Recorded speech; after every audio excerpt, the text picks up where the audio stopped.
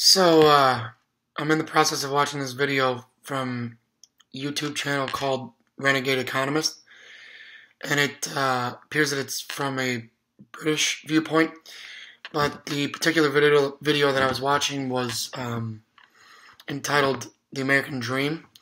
So they're discussing the American Dream, they're discussing basically their take on it, and whether this constant quest for more money and more belongings, more possessions, more wealth, whether that is actually necessarily a good thing. Because, I mean, obviously 7 billion people can't have everything that they want, especially if a lot of them want a lot of physical things. I mean, there's not enough resources in the world. I'll go along with that. What I won't go along with, and they're not necessarily putting this on this video, but in the sense that this current system of the world is, the 7 billion people is not sustainable. That 7 billion people can't have a comfortable standard of living, air conditioning, central heat as well as air, their own house to live in, a car if they want it to drive. My argument is that's false. It is possible, and it is not going to be easy to achieve right away, but re-implementing the American dream, and that's one thing that they touch on in this video, is the sense that the American dream is all but dead, and basically it's like a lottery. Like, people just roll the dice and hope that they win on their scratch-off ticket and hit it big, get lucky. And not only, because it's not only hard work anymore, it's hard work is not necessarily enough. You need to catch some lucky breaks. And personally, I'm kind of an example of that, because right now I don't have an enormous amount of wealth, which does not lend well to my credibility, which is why, in a program like the Renegade Economist, I would not necessarily be asked to be on there, because these men that they're having on there right now, these three men, they were successful entrepreneurs, and they self-made people, and I personally right now I'm not in that same kind of financial state, so they wouldn't necessarily ask me to be on this video or on this show. But I can tell you right now that a lot of the things that they're saying, they're touching on the subjects of the problems, and they're addressing the problems, and there's nothing wrong with that. And that's the first step, is understanding what the problems are and accepting the fact that these problems exist. But then to stop there and just say that here's the problems, we don't know what to do about them, it's not enough.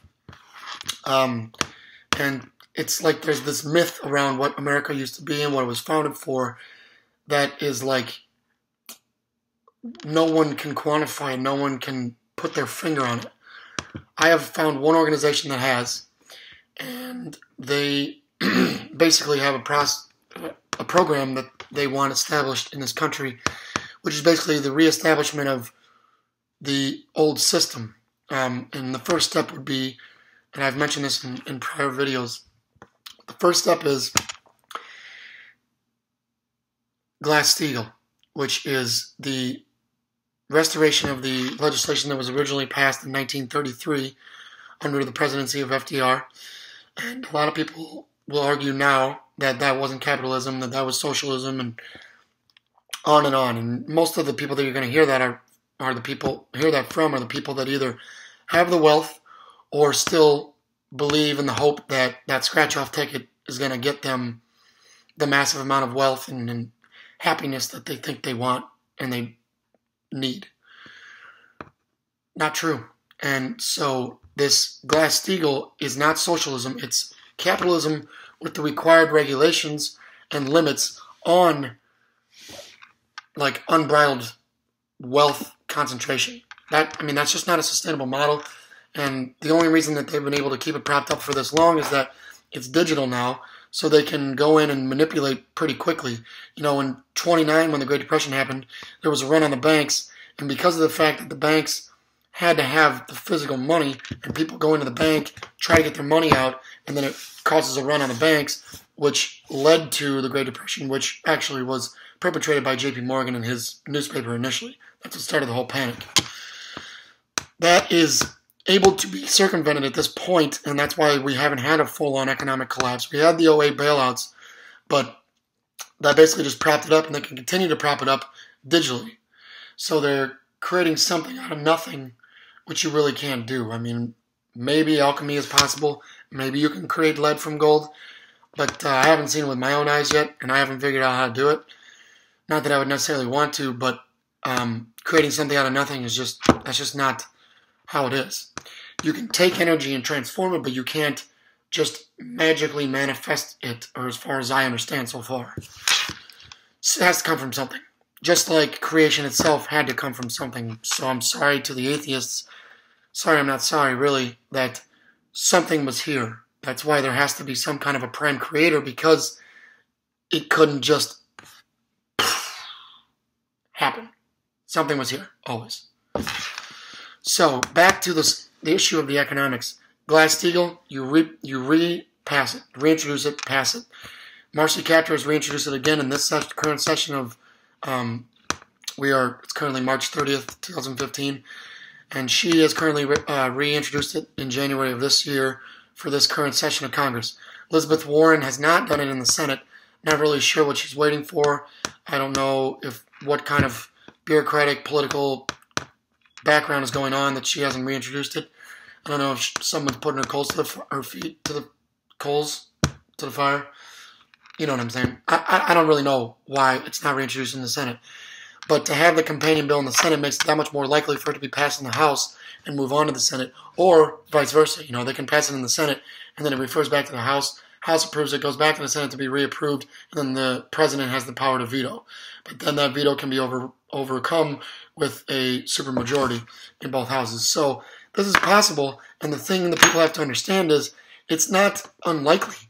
All it really would require, just like when Obama and company wanted to go to war with Syria, and the American people finally, for the first time, I was very surprised, but very pleasantly surprised that they stood up and, said, no, it's not going to happen. We're not going to allow it. Same thing can be done with this Glass-Steagall. You call your congressman, both your congressmen, and tell them to support and sponsor the bill in the House, which is, the 21st Century Glass-Steagall Act. Then also put pressure on your senator to either get Warren to reintroduce it, or they do it themselves, and I guarantee Warren would jump on board. I don't guarantee, but I'm guessing.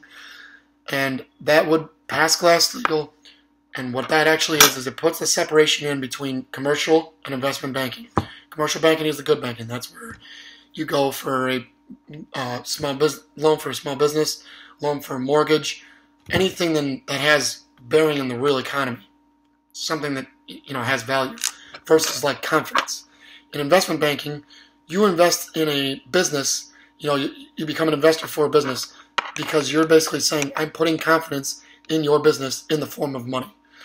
So when you can speculate on the currency, you can speculate not only on the currency but on the investments themselves, and you don't have that separation between commercial and investment banking, so that a bank can be involved in both commercial and investment banking. That's when you get the housing market collapse that we had, because they give out loans to anybody and everybody, and knowing that they're not going to be able to pay them back, and the people that took out the loans also knew they weren't going to pay them back, and that's how you have this whole system happen in the first place. Glass-Steagall would have never been repealed in 1999 with the Gramm-Leach-Bliley Act under President Clinton, who still is standing by the Gramm-Leach-Bliley Act. I don't know who is convincing him to do that, but that is totally false. You rescind Gramm-Leach-Bliley with the reenactment of Glass-Steagall, which is only like 16 pages long. It's not that hard of a read. Then you put back in that separation. You put sanity back in the economy, but then you also have to move forward with the next step of the whole program. And the next step is reintroducing the economic system that was developed under the Massachusetts Bay Colony, then adopted and refined under Alexander Hamilton. John Quincy Adams continued the legacy, and then you had a sequence of basically poor presidents. Most of them, a few of them tried to reintroduce this economic system, and virtually all of them were basically died weird deaths, like cherries and milk on a train. I can't remember which president, but one of them died from eating cherries and milk on a train. Okay. But he was one of the ones that was a proponent of this economic system, this American economic system, the Hamiltonian credit system. Then comes Lincoln, and people think that the Civil War was fought for slavery. I'm not saying that that wasn't part of the equation, but slavery was secondary to the economic system. The reason the bankers came in, and this is, I mean, you do your own research, and you're going to see that what I'm saying is true. Private bankers saw this economic system being reintroduced by Lincoln and his main chief economic advisor, Henry Carey, who wrote a book called The Harmony of Interests, and that is basically explaining the American economic system, expanding on Hamilton's theories, and what we actually did after the Revolutionary War, because that economic system was the only way that we got out of the Revolutionary War debt in the first place. Otherwise, we would have been totally up to our eyeballs in debt with the European bankers who we borrowed from France and elsewhere, and we would have never been able to pay it off under their paradigm.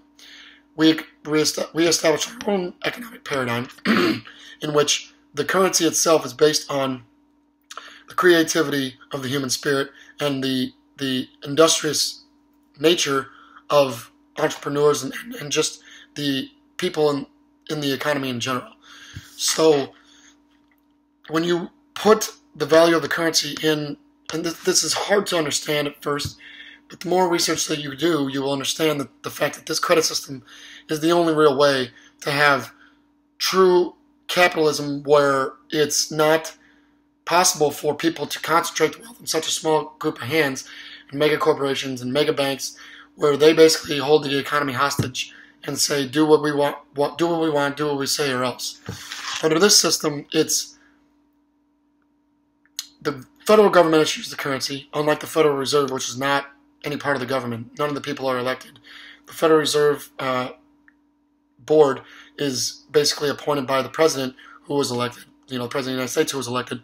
But essentially, those positions are indirectly elected, but they're not really elected. So there have been plenty of people that have worked in the Federal Reserve who have actually said that we need Glass-Steagall. We need to put back in that separation.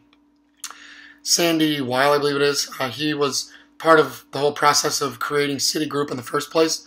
Citigroup was the merging of Citibank and Travelers Group. So you had Citibank, which was like the commercial banking side. Travelers Group which was more the speculation. They wanted to be able to merge those two companies and create Citigroup. They couldn't do it under Glass-Steagall, so they passed the Gramm-Leach-Bliley Act in 1999, which got rid of the separation and allowed Citigroup and other mergers to happen.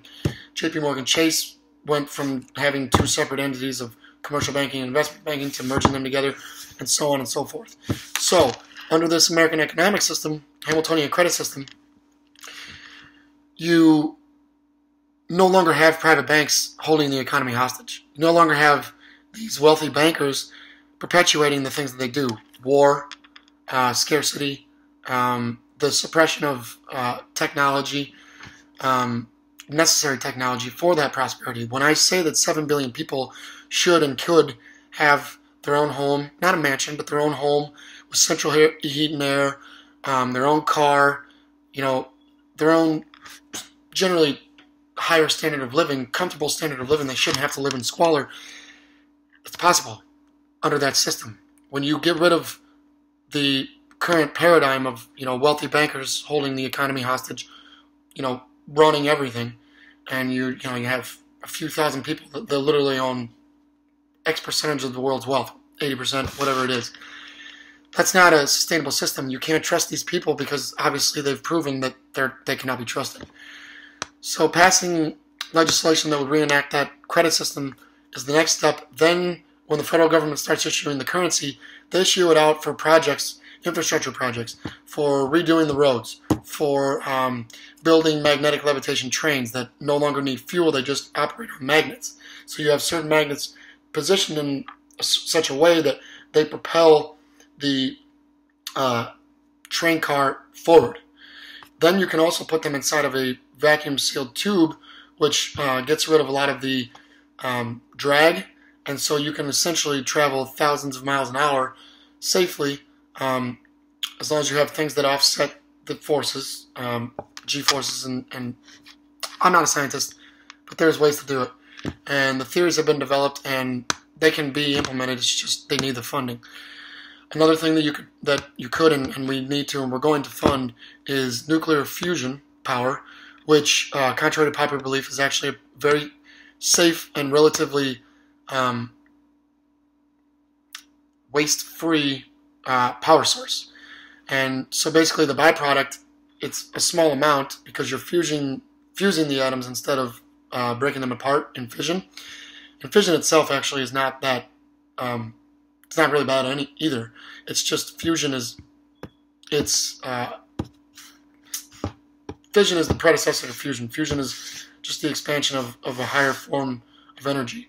And an economist by the name of Lyndon LaRouche, a lot of people don't like him. A lot of people think his credibility is out the window because of the whole situation that happened with him under the first Bush administration. But his economic principles transcend time, and one of the terms that he has coined is the energy flux density. So basically what that means is how much materials do you have to put in to get X amount of energy out. So burning wood, you put in X amount of wood, you burn it. After it's done burning, it's given off X amount of energy in the form of fire, and so you have that form of energy. Move up from there, you have coal. Then up from there, you have fossil fuels. Then up from there, you have nuclear fission, basically. Then up from there, you have nuclear fusion. You can extrapolate from there and go to antimatter.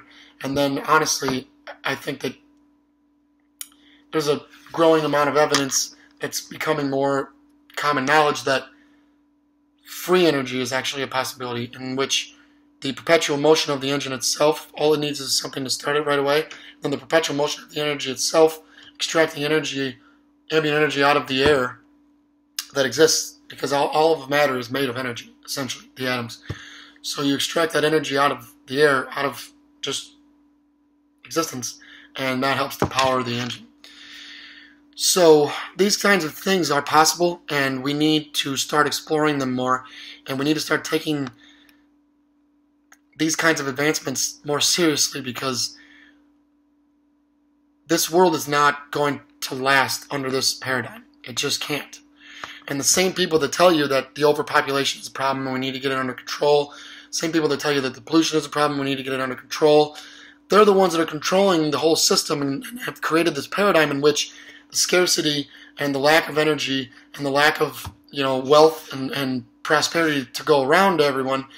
And the reason that the poverty and the hunger and the economic disparity exists in the first place is because they're creating it. So they're blaming it on the average person, which in a certain sense, the average person is somewhat to blame, because we're not doing enough to create the environment in which the policymakers are forced to do the right thing. So in a sense, they're right, but at the same time, they control the information. They control the manipulation of public opinion via, media, via CNN, which was essentially created out of the CIA. And if you do your research, you will understand that as well. So by manipulating public opinion and people are not waking up and thinking for themselves, then in a certain sense, it is the individual's responsibility, their own sovereign responsibility to bring about this change. But at the same time, it's an uphill battle when a small group of people are pulling the strings and running the whole system. So a few notes that I wanted to make on this video is these men start out talking about how we've allowed the wealth to be concentrated into a smaller and smaller group of hands, which is basically killing the American dream in the process. And they mentioned that essentially the baby boomer generation was the last who had the true opportunity to seek and achieve this upward mobility via hard work and a few lucky breaks perhaps. It is a bit of a paradox that the men who are saying this and who happen to be in or around the baby boomer generation are actually in large part responsible for this destruction of the American dream. In their pursuit of their own individual happiness and, accumulation of wealth, and in the light of their own apathetic nature to the rest of humanity in their search for, more of their own individual prosperity, they are the generation that's primarily responsible for this dream's destruction. And what they need to do now, what they must do now, people like them and basically everyone in the baby boomer generation, is provide as much wisdom as they can based on their life experiences, in order for their posterity to take that wisdom and create a better world for all of us moving forward. And there's multiple points in the video where there's a guy who's called the reality checker who comes in and, kind of clarifies certain things in the middle of the video. So when the reality checker mentions that immigrants that come to America are twice as likely to start their own business, this can be explained by a multitude of factors, including, first, that the immigrants mentioned have already packed up all of their stuff and moved here, so obviously they're not going to stop this process of progress, buy a box of Twinkies, an Xbox One, and the newest version of Halo or Call of Duty, and just sit on their ass and wait for the politicians to create a better future. They're going to bust their ass. They probably have a family that they need to support. And they have the dream of, having a better future for their children than they had. Okay, second point. They heard and saw, these immigrants heard and saw the promise of a better life in America, and they believed in that dream. Hence, they're packing up, moving here, and attempting entrepreneurship, and basically sacrificing almost everything they have.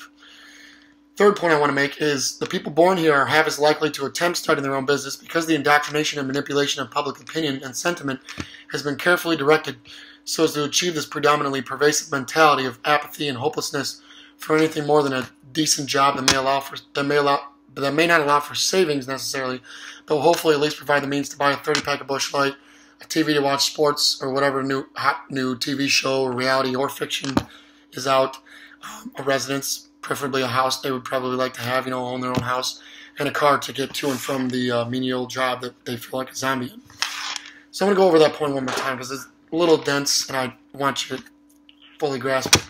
The third point is the people born here in America are half as likely to attempt starting their own business because of the indoctrination and manipulation of public opinion and sentiment that has been carefully directed by the people who have concentrated the wealth into a small group of their own hands. It's been carefully directed by them so as to achieve this predominantly pervasive mentality of apathy and hopelessness for anything more than a decent job that may not allow for savings but will hopefully at least provide for, a few little luxuries here and there and maybe a house. Other than that, there's no savings. There's not really saving for the children's college tuition, any of that. Or worse yet, the people in this country have been led to believe that there's apparently some sort of forest full of trees, somewhere maybe in D.C., New York City, or any of the locations where the Federal Reserve banks are located. Kansas City's one. I can't think of any other ones off the top of my head. Where these Federal Reserve banks are located, in which these trees provide a never-ending supply of money that people need only to go through the process of proving that they don't make enough and need a handout from Uncle Sam in order to get that free money.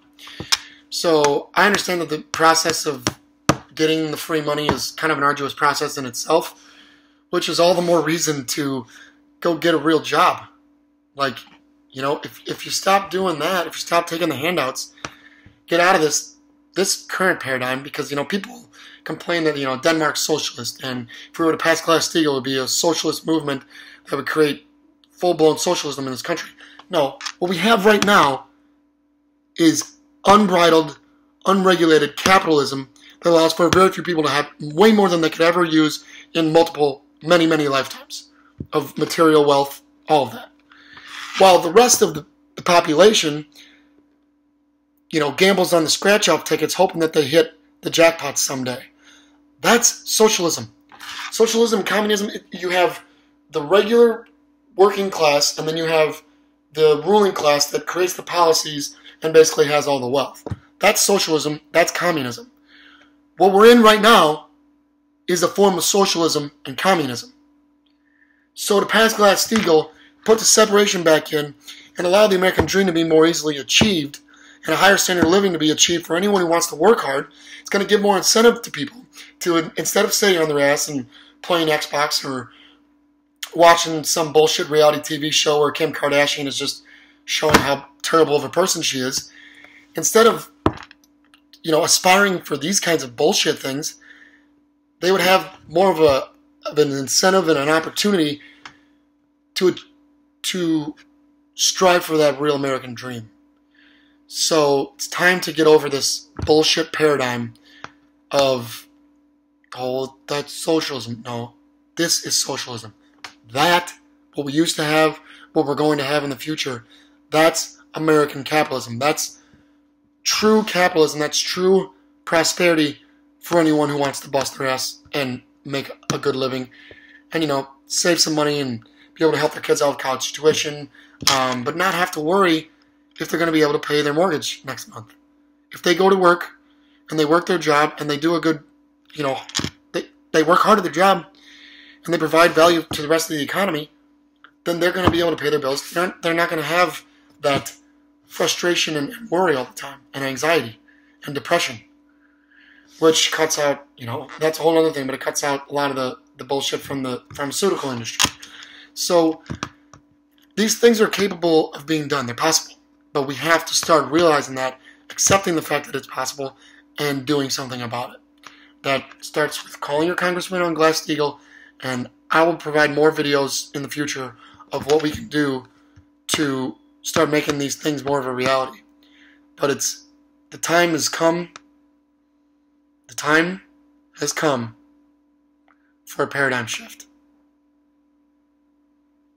No more bowing down to this elite class. No more neo-feudalism.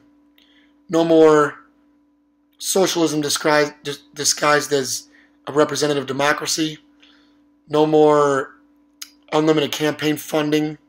No more policymakers bowing down to these same despots that own all the cash. That time is done. We're done with it. It's the beginning of a new paradigm. Stay tuned for more information. I'm going by the name of Metaphysical Economist, and I'll explain more on metaphysics later from what I've learned from David Wilcock and others. And we'll just keep this ball rolling. Hope you guys liked the video, and I hope it wasn't too serious. I promise I'll try to incorporate a little more humor in the future. But this first one, I just wanted to get out there to help people to understand that hope is not lost. I love everybody, and I hope that this was helpful. Have a good rest of your day and week.